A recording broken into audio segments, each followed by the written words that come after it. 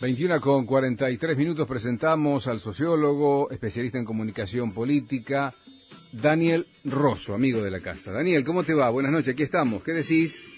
Hola, ¿cómo están? ¿Cómo les va? Muy bien. Buenas noches. Hola Daniel, bienvenido. Hay una consigna, Daniel, ahí que nos gustaría saber tu parecer. La consigna tiene que ver con lo que estamos preguntándole a los oyentes en este momento, una consigna picante. ¿Cuántas cosas odias o qué odias que todo el mundo ama y qué amas que todo el mundo odia? Bueno, es difícil. Es complicada, sí, es complicada. Bueno, a mí, por ejemplo, esto va a sonar muy fuerte, pero a mí no me gustan las vacaciones. Suena fuerte. Es fuerte. Bueno, Es fuerte, es una declaración fuerte, pero no me gustan. Los que tenemos, no me gustan. los que tenemos la suerte de conocerlo, Daniel, damos fe, no le gustan las vacaciones. No me gustan. No sé qué hacer en las vacaciones, ¿no? Es como tengo que tomarme el trabajo de aprender a no hacer nada, no me gusta. Claro. ¿Y eso que a vos te gusta, que no, al revés, y eso que a todo el mundo no le gusta y a vos te gusta? Y, por ejemplo, leer un libro bajo el sol y no meterme en el mar. Claro. Sigo con la misma secuencia. Claro. No sí. sé por qué te reís, Sergio. No, porque me lo imagino, Daniel, me lo imagino. No, pero Me lo imagino en pero, esa posición. yo estoy haciendo una terapia. declaración contra mí mismo. O sea, de esa no salgo. Claro, ¿cómo salís de ahí, Daniel? Claro, No, No imposible. se sale. Te bancamos. Está claro. Te bancamos. ¿Cómo estás? ¿Qué tema la nata y periodismo para todos? Quiero escucharte, Dani. Sí, a ver, vi los dos programas, el programa del domingo pasado y el programa de anoche, y lo primero que llama la atención es que en el primer programa de PPT, de Periodismo para Todos, en el centro de la escena televisiva, aparece un Jorge Lanata luciendo un traje con gruesas rayas rojas, negras y verdes oscuras. Es como, parece la versión psicodélica de un presidiario, ¿no? Ahora, en la segunda emisión, vuelve a llevar un traje a rayas. Entonces, uno se pregunta por qué y entra a imaginar cómo pasa ante esas escenas fuertes, ¿no? Y uno imagina que quizás algunas de sus denuncias quizás extraviaron sus rutas y reproduciendo el trayecto en boomerang volvieron sobre él mismo, impactando sobre el denunciante, ¿no? Sería como el inconsciente de un conductor televisivo fantaseando ser condenado por sí mismo. Yo sé que es retorcido, pero es fuerte verlo con un traje a rayas a alguien que efectivamente lo que hace es una especie de reivindicación permanente o sea que algo así como, a ver, ¿qué operación hace la Nata? La Nata denuncia todo el tiempo que la política argentina tiene un déficit de moral, ¿no? Uh-huh. Y que por lo tanto, dado que tiene un déficit de moral, muchos de ellos deberían estar tras las rejas. Entonces, quien tiene ese discurso después aparece en su programa las dos veces con un traje a rayas, ¿no? Uh-huh. Ahora, no fue de todos modos lo único circular en este primer programa de PPT de 2021, porque al cumplirse sus 10 años al aire, fue un programa sobre el programa. Entonces, ahí aparecía el maestro con sus discípulos televisivos a su alrededor, produciendo una especie de memoria grupal de sus transgresiones.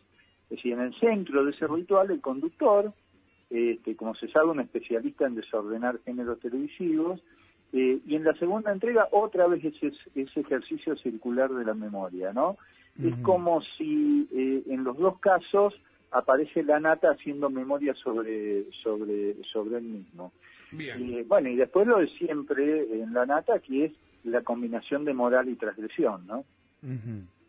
Daniel, y sobre los temas en particular que aborda, fácilmente son desmentidos. ¿Qué crees vos en cuanto al contenido específico del programa? Sí, la verdad es que las denuncias que hizo tanto en el primer programa como en el segundo, sobre todo las del primero, efectivamente fueron desmentidas. Él volvió a reafirmarlas en este programa, pero da la impresión en el programa que tiene como la forma de una mezcla, o sea, aparece el periodismo, el humor, el programa infantil, porque tiene una sesión que se llama Soldaditos, y las series estadísticas, son como superpuestas en una especie de coctelera frenética que lo que produce, y lo produce de modo muy eficiente, son simulacros de verdad, es decir, no ya la aproximación a lo verdadero, sino a lo que se le parece. O sea, ustedes lo saben, lo más lejano a la verdad es lo que más suele parecerse a la verdad. Entonces la nata arma esos simulacros en donde parece que uno está ante una verdad revelada, y el problema es que después son rápidamente desmentidas todas esas denuncias. ¿Cómo queda aquí aquel libro Máquinas de Captura, Daniel? Bueno, yo pensaba el tema de la máquina de captura como un tipo de discurso televisivo que lo que hace efectivamente es cooptar a ese otro, meterlo como en una especie de máquina que lo desarma, lo carga de atributos negativos y lo devuelve, ¿no? Eso pasa mucho en la sesión Soldaditos. Para quien no lo vio, esa sesión es una sesión muy creativa, que los hechos periodísticos de la semana y sus protagonistas son reducidos a muñequitos esparcidos sobre una mesa. Por supuesto, se trata de transposiciones que contienen en su interior microeditorializaciones, ¿no? Estamos ante una especie de nanoperiodismo por pequeño, con figuras de plástico que representan en sus propias imágenes opiniones políticas. Entonces, la vicepresidenta es el muñeco más grande, el que muestra más poder, el más amenazador.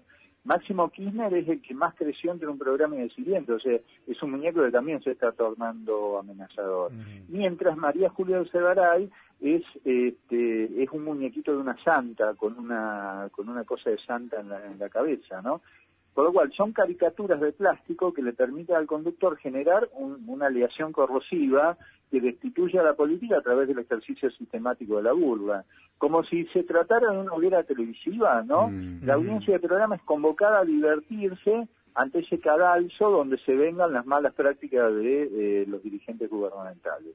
Y bueno, eso es ser una máquina de captura, ¿no? Claro. Qué bueno. Sí, lo impresionante es cómo a partir de esa comunicación él quiere decir algo, ¿no?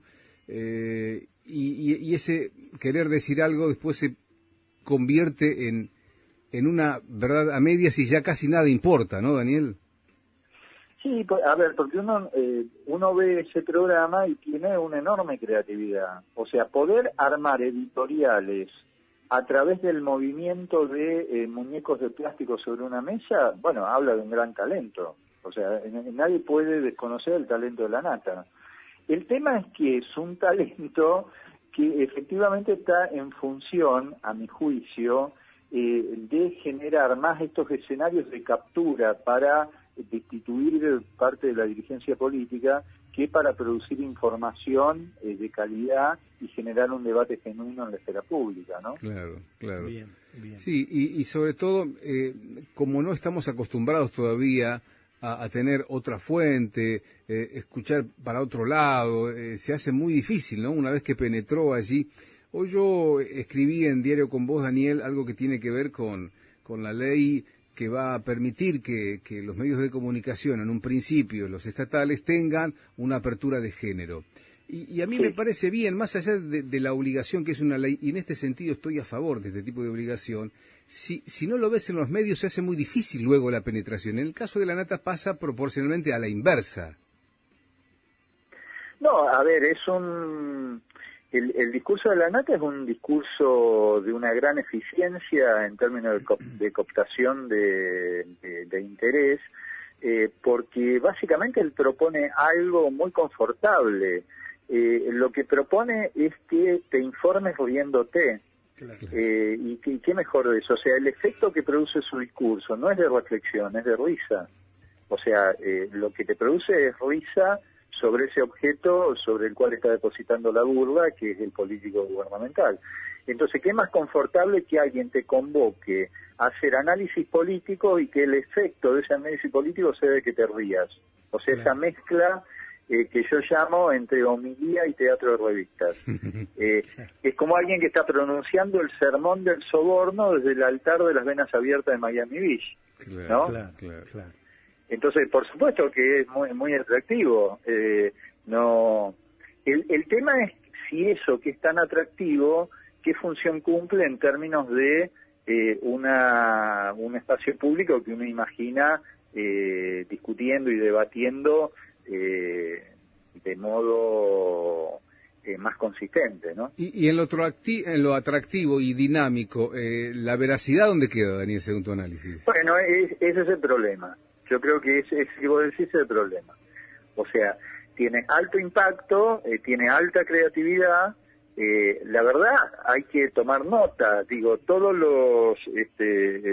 resto que estamos interesados por el discurso público, por el discurso periodístico, por el discurso político, tenemos que tomar nota de un tipo que con un conjunto de muñequitos sobre una mesa genera editoriales políticos con 11 puntos de rating. Bueno, claro. Algo captó ahí del funcionamiento del discurso periodístico al discurso político.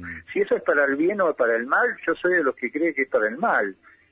Pero habrá otros que creen que es para el bien, que claro, y es parte de la discusión, ¿no? Totalmente. Obviamente. ¿Algo más, Dani? No, me quedo pensando. Muchas gracias por el espacio y espero poder salir del bochorno de lo que dije al principio. No, pero si fuéramos más sinceros, más de uno se sumaría a eso, te digo. Yo ando por ahí, sí. Yo ando por ahí. El sacrificio... No me siento tan solo. No, el sacrificio de la playa, ensuciarme las patas con la arena, quemarme con el sol, lo hago solamente por mis hijos.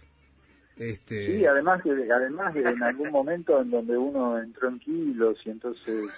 claro, bueno, pero no me lo tenías que decir así, Daniel. Bueno, pero yo me lo digo a mí mismo. Es una manera subjetiva, claro, entender. No, me lo digo a mí mismo. Dani, bueno, te propongo que vacacionemos juntos uno de los años venideros. Bueno, se habrán todos dado cuenta, soy un plomo total. Nada que ver. Te mandamos un abrazo, Dani, gracias por la participación.